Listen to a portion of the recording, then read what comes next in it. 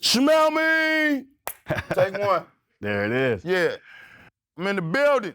Pacman Jones in Columbus, Ohio, for Real Men, Real Talk with the African American Male Wellness Agency. How you feeling, bro? Man, I'm feeling good, man. I'm all about the mental health space. My whole thing of me doing this and going talking to people is just to let them know my empathy on what they're going through, because I've been through and still going through certain things. So to let them know they're not alone. It's okay to be vulnerable sometimes, and open conversation is everything. So why do you think that a lot of men are walking around right now feeling like they're alone, and why they feel like they don't have anyone that they can talk to? Why do you think that's the case with men? Are we just too strong, or I try to come across as if we don't want to show our weaknesses? Why do you think that that's the case? You know how it is, man. We grow up as men. Like, if, for instance, I use my daughter and son. If they both fall down, I'm over there trying to patch my daughter up. Like, yo, Same are you here. okay? My son fall, get your up, instead of showing that same tender love and care that we showing to the girls. And I think that builds up a wall in us men to make us build a wall to be vulnerable or to talk to somebody, to let them know what we're going through. And see, a lot of black men fall in that category right there, where a lot of attention is given to the injured black woman, or the bruised black woman, or the broken black woman. Yeah. But yet we just ask the black man, or just tell the black man, get up, dust yourself off, and keep it moving. But, myself included, man, I've gone through some stuff. I battled depression, anxiety, and identity crisis. You're looking at a former athlete as well, where I've had my stories, and a lot of men can relate to trying to knock on the door to professional levels, right? Yeah. And then only for life to tell us, nah, it's not for you. Yeah.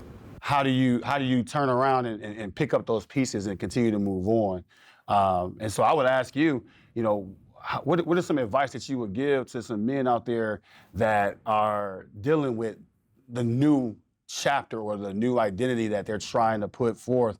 Because I'm sure you've had to go through some valleys at times just to kind of separate from the athletes and, no, I'm a businessman. Yeah. I got some things that I can do outside of the sport. I look at it like everything is an inch, everything is a quarter, everything is a first down.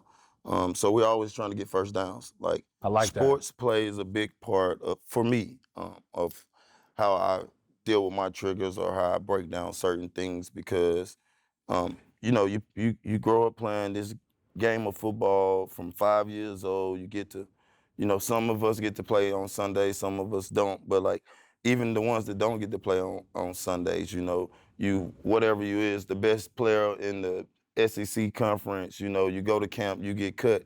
And then that is a big, like, life-changing thing. It You is. get what I'm saying? Like, it's a routine that we've been doing, and I'll use myself as an example. The best thing that I ever had was getting suspended, because the year that I was suspended was hell. That's when I was like, oh, it's really real. Don't matter how much money you got.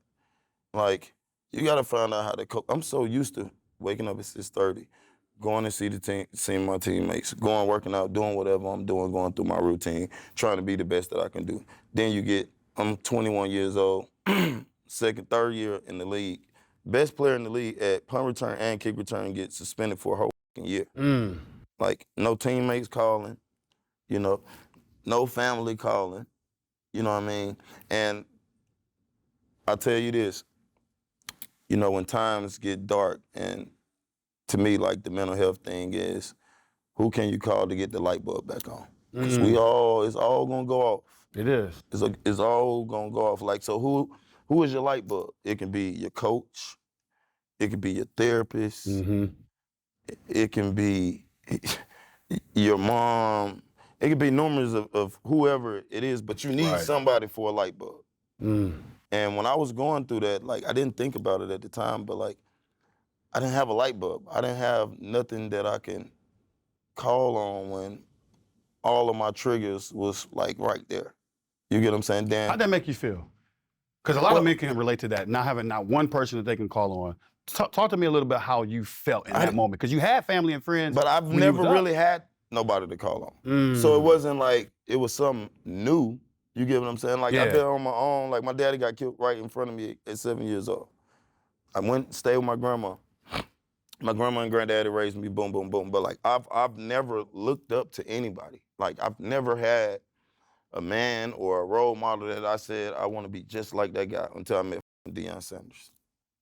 Wow. So like, that's how you got I've never had a man to send me a Western Union. I've never had, hey, I'm in college, man. You know what I mean? Hey, can you send me $400-500 so I can get through the week? Wow. So mentally, like, it was actually harder to deal with it when I got suspended because I had everything I wanted. Mm-hmm. But what I really wanted to be is on the field. On the field. Like, all this didn't matter. Like, that was your safe space. You can go, yes, that was my safe That was haven. yeah, like, absolutely. That's where I forget everything and I enjoy what I'm doing. Like, whatever problems I had on Sunday, leave that at the door. You know that what was I mean? your therapy. Yeah, that was my therapy. And, like, that's when I really figured out, oh, mentally, it's time for you to go see somebody. Like, and I had been dealing with that for a long time. Like, I never talked to nobody through when my dad got killed, and I would always fight. Like, that was like, what you say? Boom, I'm quick to fight. Like, and my whole mentality was like, all right, I'm gonna live to see 21 some kind of way. Mm-hmm. Like, either I'm gonna be in jail or I'm gonna be in the league. It's gonna be one or the other. This was just my whole mindset. Like, Yeah. And because I was stuck. By the time I had nobody to call, we didn't even know about mental health then. That's true. Then rewind it back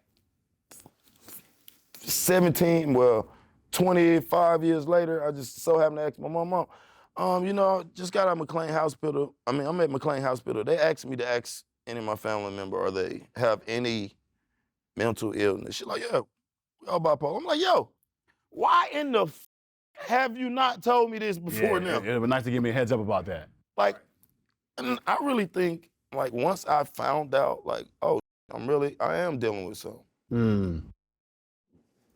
Oh, these are the triggers. Oh, might need to take this medicine until I can figure out how to deal with the anger issues and the depression and the anxiety issues. You know what I mean?